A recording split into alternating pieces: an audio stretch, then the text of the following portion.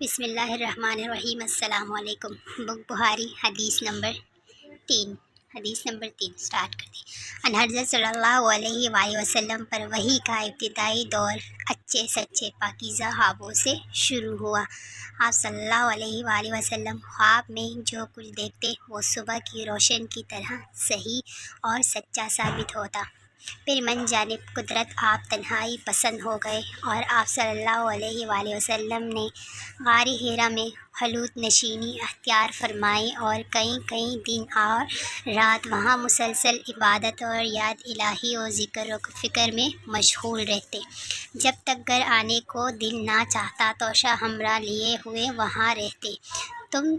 توشہ ختم ہونے پر بھی الہی اہلیہ محترمہ حضرت خدیجہ رضی اللہ تعالیٰ عنہا کے پاس تشریف لاتے اور کچھ توشہ ہمراہ لے کر پھر وہاں جا کر خلوت گزر ہو جاتے۔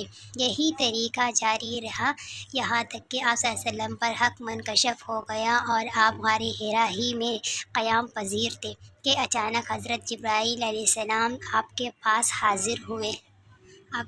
حاضر ہوئے اور کہنے لگے کہ اے محمد صلی اللہ علیہ وآلہ وسلم پڑھو۔ آپ فرماتے ہیں کہ میں نے کہا کہ میں پڑھنا نہیں جانتا۔ آپ صلی اللہ علیہ وسلم فرماتے ہیں کہ فرشتے نے مجھے پکڑ کر اتنے زور سے بھینچا کہ میری طاقت جواب دے گئی، پھر مجھے چھوڑ کر کہا کہ پڑھو۔ میں نے پھر وہی جواب دیا کہ میں پڑھا ہوا نہیں ہوں۔ اس فرشتے نے مجھ کو نہایت ہی زور سے بھینچا کہ مجھ کو سخت تکلیف محسوس ہوئی، پھر اس نے کہا کہ پڑھ۔ میں نے کہا کہ میں پڑھا ہوا نہیں ہوں۔ فرشتے نے تیسری بار مجھ کو پکڑا اور تیسری مرتبہ پھر مجھ کو بھینچا، پھر مجھے چھوڑ دیا اور کہنے لگا کہ پڑھو اپنے رب کے نام کی مدد سے جس نے پیدا کیا اور انسان کو خون کی پٹکی سے بنایا۔ پڑھو اور آپ کا رب بہت ہی مہربانیاں کرنے والا ہے۔ بس یہی آیتیں آپ صلی اللہ علیہ وسلم حضرت جبرائیل علیہ السلام سے سن کر اس حال میں غار حرا سے واپس ہوئی کہ آپ کا دل اس انوکھے واقعے سے کانپ رہا تھا۔ آپ حضرت خدیجہ رضی اللہ تعالیٰ عنہا کے پاس تشریف لائے اور فرمایا کہ مجھے کمبل اڑا دو۔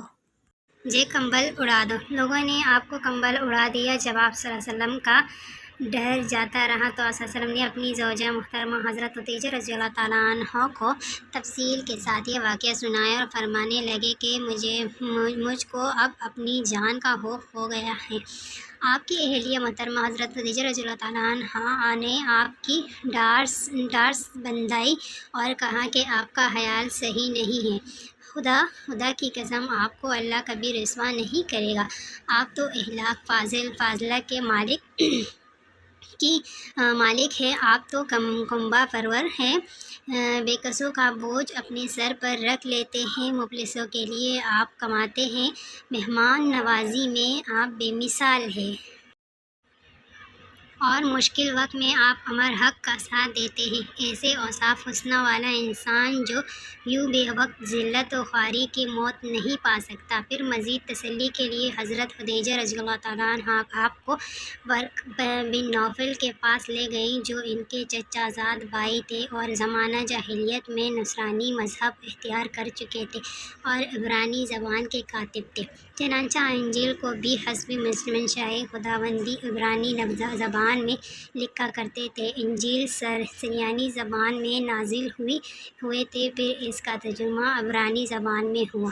ورق اسی کو لکھتے تھے۔